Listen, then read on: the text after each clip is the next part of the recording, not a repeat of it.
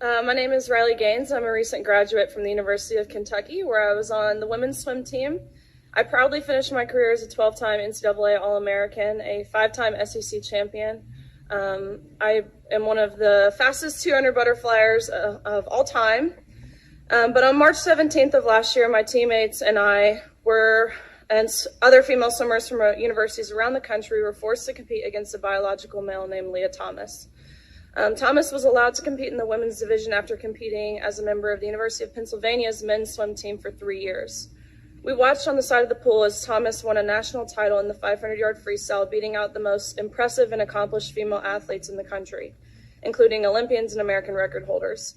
Whereas just the year before, Thomas at best was ranking in the 400s in the men's category. The next day, Thomas and I raced in the 200 freestyle, which ended up in a tie. We went the exact same time down to the 100th of a second. Having only one trophy, the NCAA told me that I would go home empty-handed and this trophy would go to Thomas. And when I questioned this, the NCAA told me that Thomas had to hold it for photo purposes. I was shocked. I felt betrayed and belittled, reduced to a photo op. But my feelings didn't matter. What mattered to the NCAA were the feelings of a biological male. In 1972, Congress enacted Title IX to end unjust sex discrimination in all aspects of education, including college athletics. But by allowing Thomas to displace female athletes in the pool and on the podium, the NCAA intentionally and explicitly discriminated on the basis of sex. Although the NCAA claimed it acted in the name of inclusion, its policies in fact excluded female athletes. But that is not all. In addition to being forced to give up our awards, our titles, and our opportunities, the NCAA forced female swimmers to share a locker room with Thomas, a 6'4", 22-year-old male who was fully intact with male genitalia. Let me be clear, we were not forewarned. We were not asked for our consent, and we did not give our consent.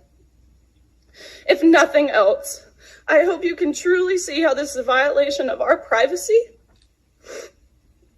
and how some of us have felt uncomfortable, awkward, embarrassed, and even traumatized by this experience. I know I don't speak for everyone. It's impossible to speak for everyone, but I can attest to the tears that were shed on that pool deck by these poor 9th and 17th place finishers who missed out on being named an All-American by 1 place.